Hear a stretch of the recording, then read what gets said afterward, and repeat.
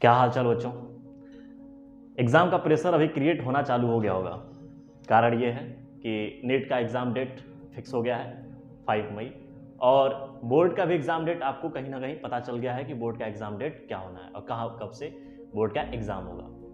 तो एग्ज़ाम का प्रेशर बच्चों के माइंड पे क्रिएट होने लगता है और बच्चे इस प्रेशर से अपने आप को धीरे धीरे धीरे धीरे के खोने लगते हैं। उनकी पढ़ाई धीरे धीरे बेकार होने लगती है। जो एक अच्छा बच्चा होता है, जो मिडिल में होता है, या हम बोलें उसको कि मिड फेज में जिनका तैयारी ठीक हो रही होती है, वो भी एग्ज़ाम का प्रेशर अपने आप पे इतना बर्डन क्रिएट कर लेते हैं जिसकी वजह से प्रेशर ही एग्ज़ाम का प्रेशर ही उस बच्चे का प्रिपरेशन खराब कर देता है। तो ये कुछ बातें हम ऐसी बात करने वाले हैं जो एग्ज़ाम प्रेशर को कंट्रोल कर सकता है।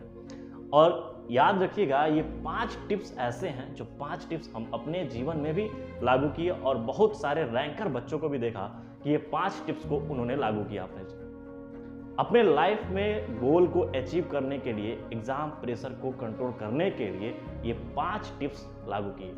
सबसे पहला tip, effective time management. Effective time management मतलब कि आप अपने टाइम को 24 आवर्स को, एक दिन का कैसे मैनेजमेंट करेंगे, ये बहुत जरूरी है। इस मैनेजमेंट में आपका शेड्यूल पर डे का ऐसा आपका शेड्यूल होना चाहिए कि जिसमें आपका इफेक्टिव स्टडी भी हो और आप अपने जो प्रॉब्लम्स हैं और जो आपने तैयार किया कि इतना हमको आज पढ़ना है, वो आप उसको कंप्लीट करें।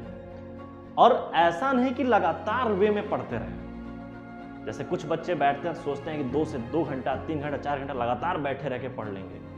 ऐसे पढ़ाई से आपका जो कॉन्फिडेंस बिल्ड होता है वो तुरंत के लिए होता है कि हाँ, हमने 5 घंटा पढ़ा और मुझे तैयार हो गया, और ये भूलने के चांसेस बढ़ जाते हैं। सो आपको करना क्या है, जो इफेक्टिव टाइम मैनेजमेंट आप करेंगे, उसमें जो शेड्यूल है आपका, उस शेड्यूल में आप प्रॉपर ब्रेक रखेंगे। जैसे आधे घंटे पढ़ा आपने या 1 घंटे पढ़ा, उसमें एक प्रॉपर ब्रेक आपने रख दिया, और वो ब्रेक आपको आपकी मतलब मेंटल हेल्थ को रिलैक्सेशन पे ले जाएगा। अर्थात कि आप बोला जाए कि वहां पर आप फील कर पाओगे थोड़ा सा कंट्रोल, एकदम फील, जहां से आपको ये चीज लगेगा कि अब फिर से एक नैप, जिसे बोलते हैं एक नैप। और नैप जो होता है ना, मेमोरी पावर को इंक्रीज कर देता है। एक छोटा सा नैप, 5 मिनट 10 मिनट का एक नैप होना बहुत जरूरी है। दूसरी बात करें हम, हेल्दी लाइफ।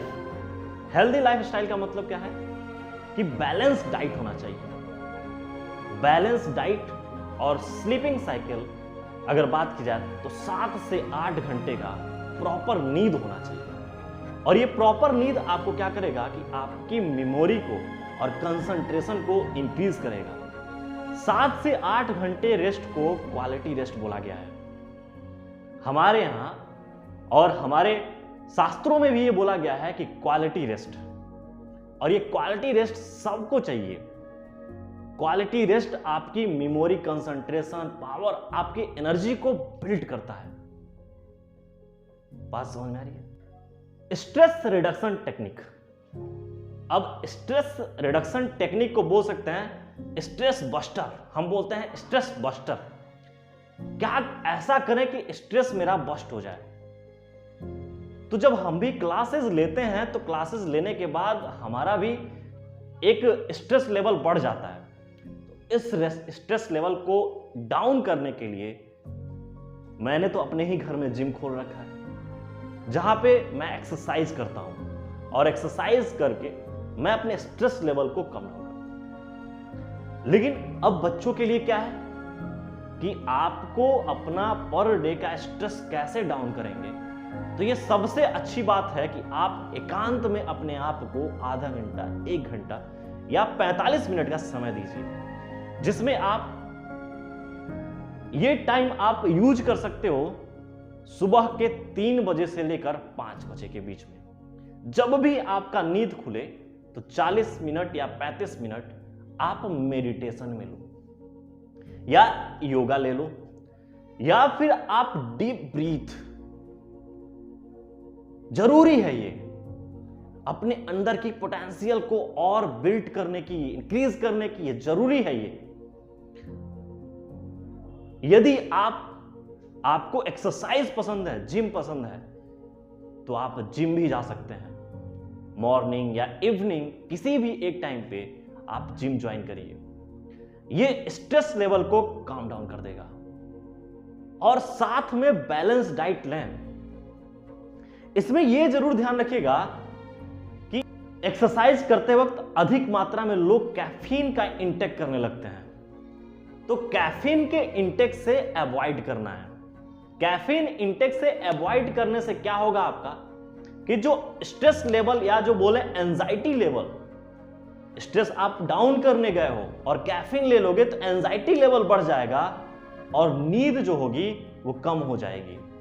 और हम जानते हैं कि हम कैफीन का मात्रा, इसलिए कुछ जिम जो एथलीट्स होते हैं कैफीन यूज करते हैं और वो अपने मतलब अगर बात करें कि अटेंशन बनाए रखने के लिए, लेकिन ऐसा आपको नहीं करना है।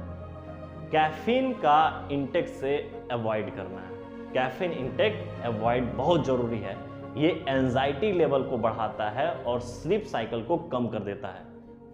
बहुत बच्चे जो तैयारी कर रहे होते हैं एग्जाम के टाइम चाय और कॉफी पीना ज्यादा पसंद करते हैं, परंतु ये क्या होता है कि यहां पर उनकी थोड़ी सी प्रॉब्लम यहां पे आगे बढ़ जाती हैं और ये होता है कि उनका एंजाइटी लेवल बढ़ जाता है और उनको अनिद्रा हो जाती है, मतलब नींद नहीं आएगी। और नींद जब नहीं आएगी तो आपका कैसे अटेंशन कैसे मिल पाएगा, आपका कंसंट्रेशन और मेमोरी जो होनी चाहिए वो कैसे बेहतर हो पाएगी? क्या ये पॉसिबल है? नहीं है, बिल्कुल नहीं हो पाएगा। और ये 3 बात हो गई। चौथी बात में आपको इफेक्टिव स्टडी प्लान करनी है। और इफेक्टिव स्टडी प्लान का मतलब ये है कि आप जो बड़े बड़े कॉम्प्लेक्स जो कॉन्सेप्ट हैं, जो बड़े बड़े कॉम्प्लेक्स कॉन्सेप्ट है, उसको छोटे छोटे में टुकड़ों में तोड़ दो और तोड़ के समझने की कोशिश करो, और ताकि वो जो छोटे छोटे बड़े कॉन्सेप्ट को जो छोटे टुकड़ों में आपने तोड़ा है वो लाइटली डाइजेस्ट हो जाए और आपको मेमोराइज रहे, रिमेंबर रहे बार बार। जैसे हम कोई भी एक टॉपिक एक्सप्लेन करते हैं तो बड़ा सा टॉपिक होता है, उसको तोड़ तोड़ देते हैं। तो अगर आप किसी कोचिंग में पढ़ते हो या खुद सेल्फ स्टडी करते हो तो बड़े कॉन्सेप्ट को ब्रेक करो छोटे छोटे कॉन्सेप्ट्स में, उसको छोटे छोटे फॉर्मूले में उसको एकदम छोटा कर दो, तोड़ दो। जिससे क्या होगा कि आपको याद रखने में आसानी होगी और बार बार उसको आप याद रख सकते हो, कहीं भी उसको स्पीक आउट कर सकते हो। तो ये चीज आपको ध्यान रखना है कि स्टडी प्लानिंग में क्या होना चाहिए। इफेक्टिव स्टडी प्लानर में आप ये सोचिए कि कॉम्प्लेक्स चीजों को छोटे करिए, डरना बिल्कुल नहीं, पॉजिटिव एटीट्यूड ये मेन जरूरी है। एग्जाम में कौन टॉप करेगा, कौन फेल हो जाएगा और कौन मिड पे आएगा, ये डिपेंड करता है उसके एटीट्यूड पे। अगर आपके अंदर पॉजिटिव एटीट्यूड है, आपने अपने आप को ये बोल रखा है कि नहीं हम कर लेंगे, मेरे से हो जाएगा, मैं ये कर दिखाऊंगा, मेरे में है, मैं दम है, मैं कर लूंगा, मैं नहीं तो कौन बे, ये सॉन्ग भी बहुत अच्छा वायरल हुआ है, मैं नहीं तो कौन बे। तो ये आपका पॉजिटिव एटीट्यूड क्रिएट करता है कि मैं नहीं तो कौन बे, मेरे से नहीं होगा तो किससे होगा। ये आपका पॉजिटिव एटीट्यूड आपके एग्जाम का लेवल डाउन कर देता है। आपके एग्जाम का लेवल, आपके लिए जो डर रहता है एग्जाम को लेके, वो एग्जाम का डर धीरे धीरे खत्म हो जाता है। जो भी आप पढ़ते हो आप पूरा उसको ग्रैब कर रहे होते हो और उस एग्जाम के लिए आप पूर्ण रूप से तैयार हो रहे होते हो। तो जब भी कोई दिक्कत हो तो सबसे पहले बोलो मैं नहीं तो कौन बे। और ये एग्जाम का सबसे गेम चेंजर पॉइंट होगा। किसी भी एग्जाम को हिट करने के लिए 4 जो टिप्स मैंने दिए, उससे खतरनाक टिप्स ये 5वां है। और 5वां आपको हमेशा याद रखना पड़ेगा, क्योंकि 5वां जो है इसके बिना आप अपनी लड़ाई नहीं लड़ सकते। अगर आप खुद सोचिए कि महाभारत के युद्ध में अर्जुन ये नहीं कर सकते थे, लेकिन कृष्ण भगवान ने क्या किया कि अर्जुन को वो शक्ति दे दिया कि वो वो अपने पूरे युद्ध को जीत लिए। तो ये पावर हम आपको दे रहे हैं, और ये पावर क्या है? मैं नहीं तो कौन बे। ये चीज अपने दिमाग में डाल दीजिए। और ये 5 चीजें जिन बच्चों ने किया वो हमेशा आज के टाइम पे टॉपर है। तो ये 5 चीज साइलेंटली आपको करनी है, किसी से बताना नहीं है कि हम ये 5 चीजें कर रहे हैं, और इसको स्पीक आउट नहीं करी जाती, अपने पास रखो, अपने माइंड में सोचो और ये चीजें पर डे करो। रिजल्ट हमेशा पॉजिटिव होगा, बेहतर होगा।